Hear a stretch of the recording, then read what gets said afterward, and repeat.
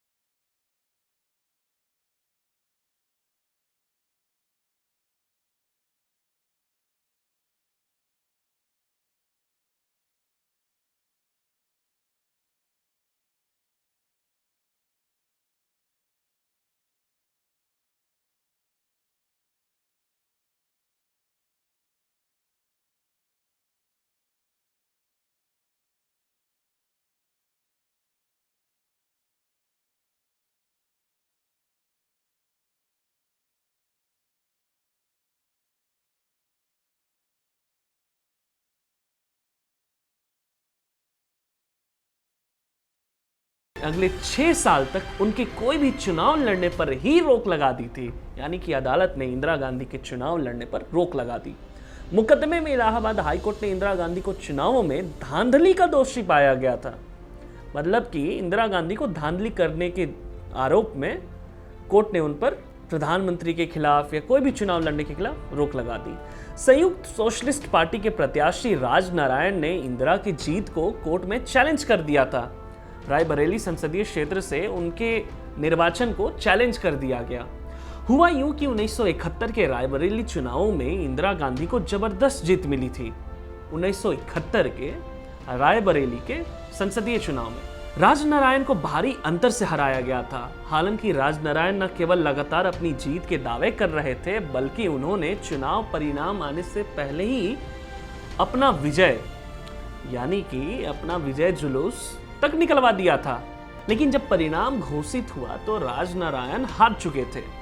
नतीजों के बाद राजनारायण शांत नहीं बैठे, वो अदालत गए। वहां उन्होंने करीब 7 ऐसे मामलों की सूची अदालत को सौंपी। 7 सूची सौंपी थी उन्होंने, जिसके जरिए उन्होंने दावा किया कि इंदिरा गांधी ने चुनावों में धांधली की है और चुनाव जीतने के लिए सरकारी मशीनरी और संसाधनों का दुरुपयोग किया है।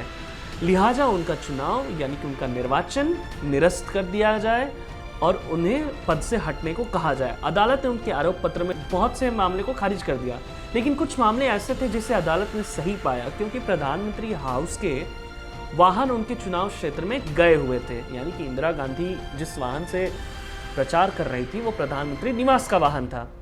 इंदिरा गांधी पर चुनाव जीतने के लिए सरकारी संसाधनों और सरकारी मशीनरी के बेजा इस्तेमाल का इल्जाम लगा। इस मामले में इंदिरा गांधी का प्रतिनिधित्व जाने माने वकील नानी पालखीवाला ने किया था और राजनारायण की ओर से थे वकील शांति भूषण। गृह मंत्रालय में संयुक्त सचिव प्रेम प्रकाश नैयर ने देहरादून में उत्तर प्रदेश हाई कोर्ट के चीफ जस्टिस से मुलाकात की थी और उनसे कहा था कि संभव हो तो इस फैसले को टाल दिया जाए, यानी कि इंदिरा गांधी के निर्वाचन रद्द के फैसले को टाल दिया जाए। कम से कम प्रधानमंत्री के पहले से निर्धारित विदेश दौरे को पूरा होने तक तो टाल दिया जाना चाहिए, ऐसा उनका मानना था। चीफ जस्टिस ने अनुरोध इलाहाबाद हाईकोर्ट के न्यायाधीश जस्टिस जगमोहन लाल सिन्हा तक पहुंचा दिया। जस्टिस सिन्हा ने ही इस मामले की सुनवाई की थी और फैसला सुनाने वाले वही जज थे।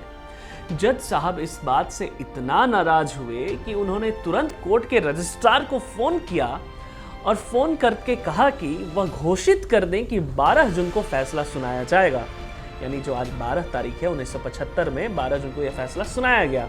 8 जून को होने जा रहे गुजरात विधानसभा के इलेक्शन से पहले ही फैसला न सुनाकर सिन्हा पहले ही सत्ताधारी कांग्रेस पार्टी को एक रियायत दे चुके थे। यानी कि 8 जून को गुजरात इलेक्शन का रिजल्ट आने वाला था। फिर आई वो तारीख, यानी कि 12 जून की तारीख। जगह था इलाहाबाद उच्च न्यायालय, यानी कि इलाहाबाद हाई कोर्ट। हर कोई इतिहास की इस सुनवाई का साक्षी बनना चाहता था, क्योंकि यह केस प्रधानमंत्री से जुड़ा हुआ था। आलम यह था कि सुनवाई से पहले पेशकर ने खचाखच भरे कोर्ट में ऊंची आवाज में कहा, ध्यान से सुनिए जज साहब, जब राजनारायण की चुनाव याचिका पर फैसला सुनाएंगे तो कोई ताली नहीं बजनी चाहिए। सुनवाई पूरी हुई। इंदिरा गांधी, जो इंडिया इज इंदिरा थी, वो इस मामले में दोषी पाई गई, यानी कि कोर्ट ने इंदिरा गांधी को दोषी करार दिया। जनप्रतिनिधि कानून के तहत इंदिरा गांधी को सरकारी संसाधनों का दुरुपयोग करने के जुर्म में उन्हें 6 साल तक लोकसभा या विधानसभा चुनाव लड़ने के लिए अयोग्य ठहराया जाता है। उन्हें पद से हटने का फैसला सुनाया जाता है। खैर, जैसे ही ये खबर फैली, बदहवास कैबिनेट मंत्री सफदरजंग रोड पर पहुंचने लगे। महासचिव पूर्वी मुखर्जी फुट फुट कर रोने लगी। इलाहाबाद हाई कोर्ट के इस फैसले को सुप्रीम कोर्ट में चुनौती देते हुए दरख्वास्त की गई कि हाई कोर्ट के फैसले पर पूर्णतः और तत्काल रूप से रोक लगाई जानी चाहिए। सुप्रीम कोर्ट ने इंदिरा के इस मांग को खारिज कर दिया, मगर उन्हें प्रधानमंत्री बने रहने की अनुमति दे दी।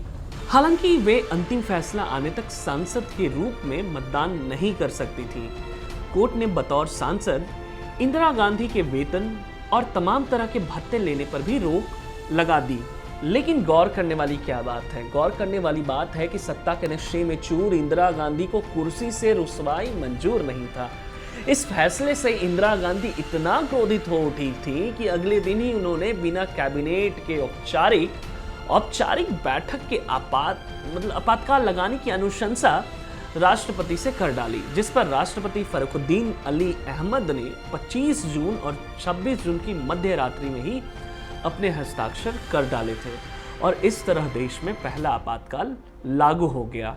यानी कि 12 जून को न्यायालय फैसला सुनाती है कि इंदिरा गांधी जो हैं उन्होंने चुनाव में धांधली की है। संसदीय चुनाव में रायबरेली से वो जो सांसद थी, रायबरेली के संसदीय क्षेत्र के चुनाव में उन्होंने धांधली किया था और धांधली के आरोप में उनको पद से हटने के लिए कहा गया था। यहां तक कि उन्हें 6 साल तक, यानी कि 1975 से लेके 1981 तक 6 साल के बीच में ना संसद का चुनाव लड़ सकती थी, ना विधानसभा का चुनाव लड़ सकती थी।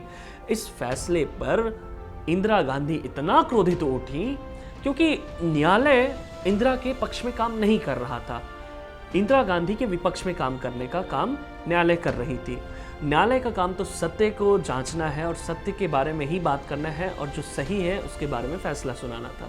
खैर, इंदिरा गांधी को ये बिल्कुल मंजूर नहीं हुआ, क्योंकि जब इंसान प्रधानमंत्री की कुर्सी पर बैठ जाता है, देश का सबसे सर्वोच्च पद राष्ट्रपति के बाद प्रधानमंत्री का है और प्रधानमंत्री इस देश के सबसे ताकतवर इंसान होता है। जब एक इंसान उस बुलंदी तक पहुंच जाए, ताकत तक पहुंच जाए, तो फिर उसे कुर्सी से रुसवाई बिल्कुल मंजूर नहीं होती। इस बात का अंदाजा तो आप सभी को आज भी लगता होगा कि किस कदर जो शहंशाह हैं हमारे, जो कुर्सी पर बैठे हुए हैं, उनकी कुर्सी का अंदाजा और उनकी कुर्सी के पावर का अंदाजा तो आपको है ही।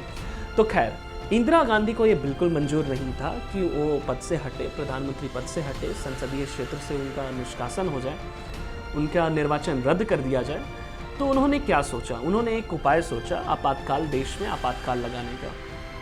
तो 12 जून को फैसला सुनाती है न्यायालय, कोर्ट फैसला सुनाती है 12 जून को। तो 25 और 26 जून की मध्य रात्रि में फरुखुद्दीन अली के हस्ताक्षर से, यानी कि देश के तत्कालीन राष्ट्रपति के हस्ताक्षर से देश में आपातकाल शुरू हो जाता है। और आपातकाल की बहुत सारी कहानियां आपको मालूम है, कैसे विपक्षी दलों के नेताओं को, पत्रकारों को, लोगों को मार पीट कर जेल में डाला गया। किस तरह लोकतंत्र की हत्या इंदिरा गांधी ने की थी, किस तरह लोकतंत्र की हत्या उस समय सत्ताधारी पार्टी यानी कि कांग्रेस ने किया था, यह सबको पता है। खैर, अब जो हुआ सो हुआ, लेकिन यह देश के लोकतंत्र में और लोकतांत्रिक इतिहास के लिए एक काला धब्बा है जो कभी नहीं मिटाया जा सकता। जो कितनी भी कोशिश कर ले, जो भी पार्टी कितनी भी कोशिश कर ले, यह काला धब्बा अब तो नहीं मिटाया जा सकता। खैर, सत्य, सटीक और सरल खबरों के लिए जुड़े रहिए चकाचक एक्सप्रेस के साथ। हम ऐसे ही रोचक तथ्य लेकर आपके सामने हमेशा आते रहेंगे और आपसे जुड़े रहेंगे। धन्यवाद।